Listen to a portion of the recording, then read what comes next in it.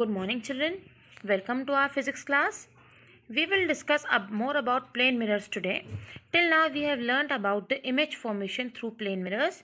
We have learnt about the characteristics of the image formed by a plane mirror. Now, we will learn about how can the plane mirrors form multiple reflections. That means, how can multiple images be formed in plane mirrors. For example, if we have a single mirror in front of us, we get to see a single image.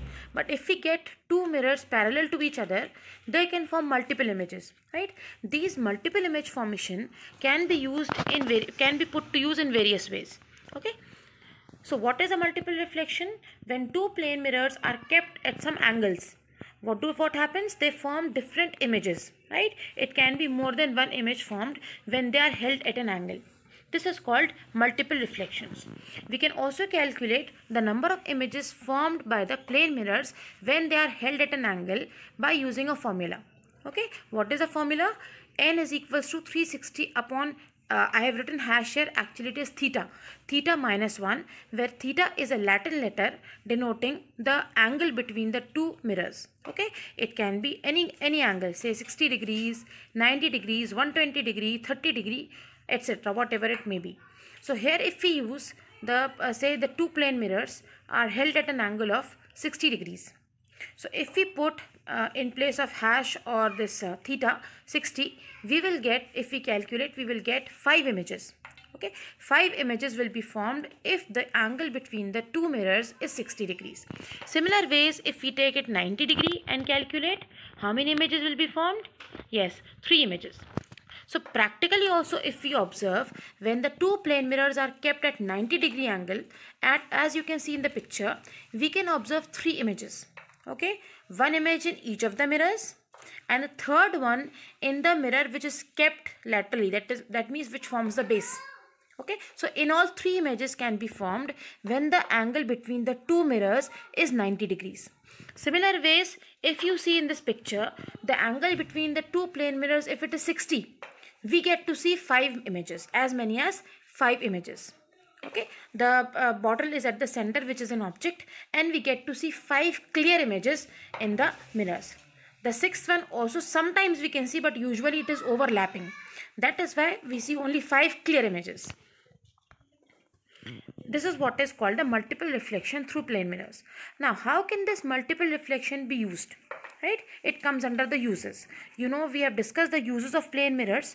The plane mirrors can be used in the barber's shops. It can be used in the jewelry showrooms for giving a false dimension to the jewelry pieces kept there.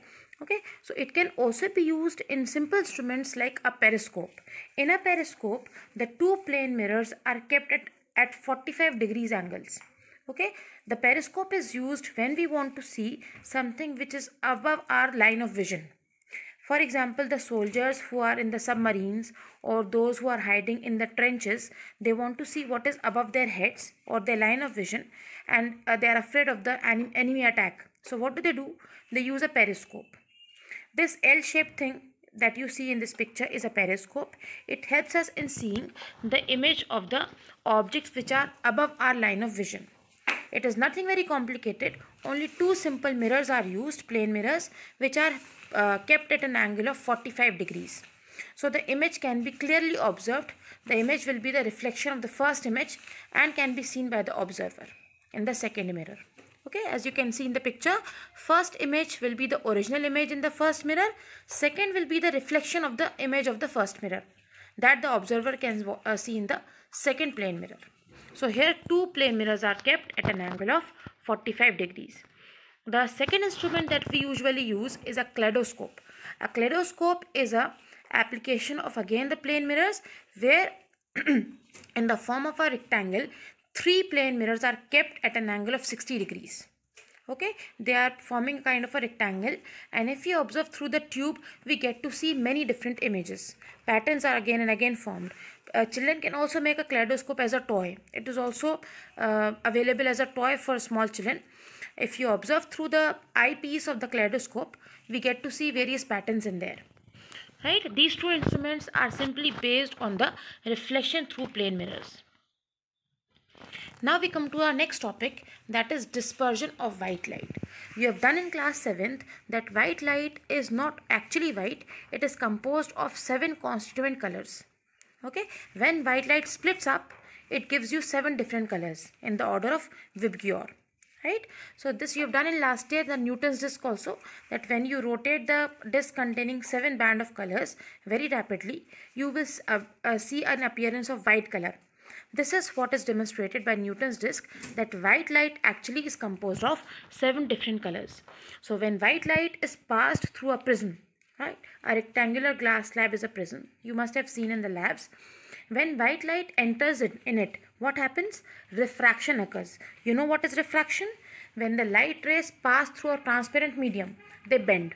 This bending is called refraction of light, and dispersion of white light is dependent upon refraction.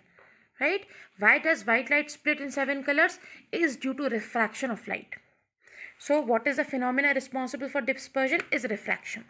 As you can see that when the white light passes through a prism, it splits up into 7 different colors. These 7 colors in the order from bottom to the top are Vibgyor.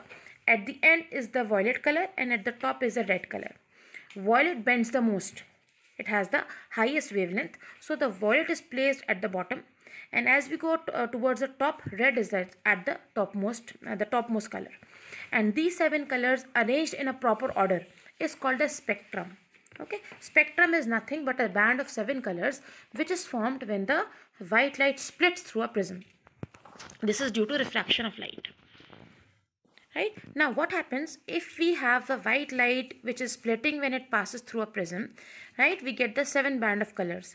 If we put another prism in an inverted form in front of this 7 colors, we will again get the white light coming out, because there double diffraction occurs.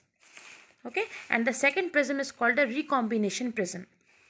It is kept in inverted manner, and when the band of 7 colors passes through it, the white light again recombines.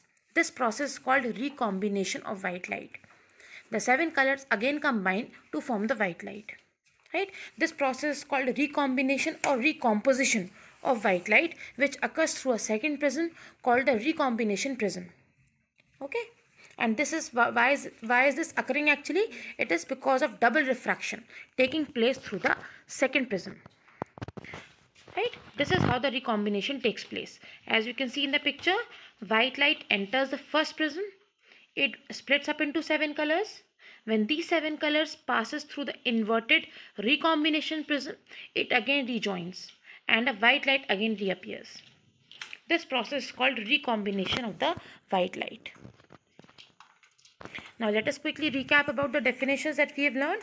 Dispersion is the phenomena due to which the white light splits into its 7 constituent colors. Spectrum is nothing but the band of 7 colors which is formed in the order of Vibgyor. All 7 colors, violet being the last and red being the first color. Violet bends the most. Now recombination or recomposition of white light is the process when the band of 7 colors, if they are passed through a second prism which is inverted, and it is called recombination prism, it again recombines. This process is called recombination or recomposition of white light. Okay, I hope you've learned what we have learned in today's class. It was all clear, right? Take care of yourself. We'll stop the class for now. Okay, goodbye. Thank you.